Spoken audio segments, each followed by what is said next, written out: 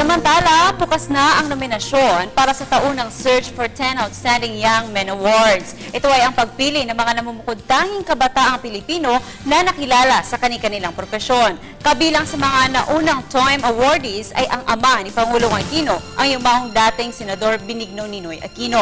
Mareport si Jackie Sai.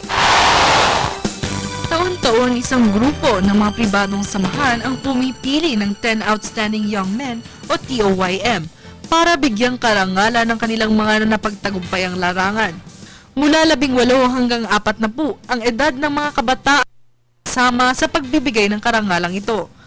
Layunin rin ng award na ito ang mabigyang pansin ang mga kabataang tumatayo bilang ehemplo sa kanilang henerasyon, nagawang maglingkod at nakatulong sa pagsulong ng adhikain para sa bansa. The TOYM awardees are heroes of the country, and they're models that our young folks should be able to emulate. I think their achievements should be celebrated by the country. It's important that the country celebrates the success, especially the young folks. Ilan sa mga kinikilalang TOYM awardees ay ang pumanaw na si Ninoy Aquino, ama ng ating Pangulo, ang dating Local Government Secretary Jessie Robredo at Department of Health Secretary Enrique Ona. Kabilang rin sa mga tumanggap ng parangal na ito na nagtagumpay sa larangan ngayon ng politika ay sina Senator Bam Aquino, Cheese Escudero, Loren Legarda, Gringo Onasan at Sonny Angara, na ayon sa kanila ay naging inspirasyon para marating nila ang kasalukuyang estado. Nabigay yung award, maraming mga nakapansin, maraming mga grupong tumulong doon sa aming organization, doon sa aming proyekto. So kahit paano, it's talagang malaking bagay na makuha mo yung award. So the award has so much prestige.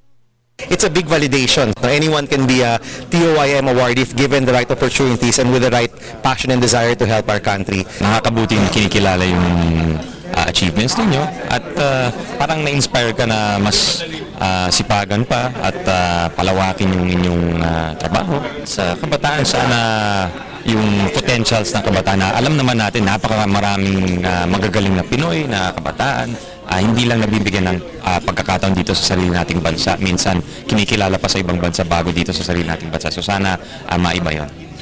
Patuloy na tumatanggap ng mga nominasyon ang The Outstanding Young Men, kung saan inaasang matatapos ang screening period sa kalagitnaan ng Setyembre. Hinihikayat naman ng mga ehemplong ito ang kabataan na sumunod sa kanilang yapak patungo sa ikauunlad ng bansa. Para sa Telebisyon ng Bayan, Jackie Say.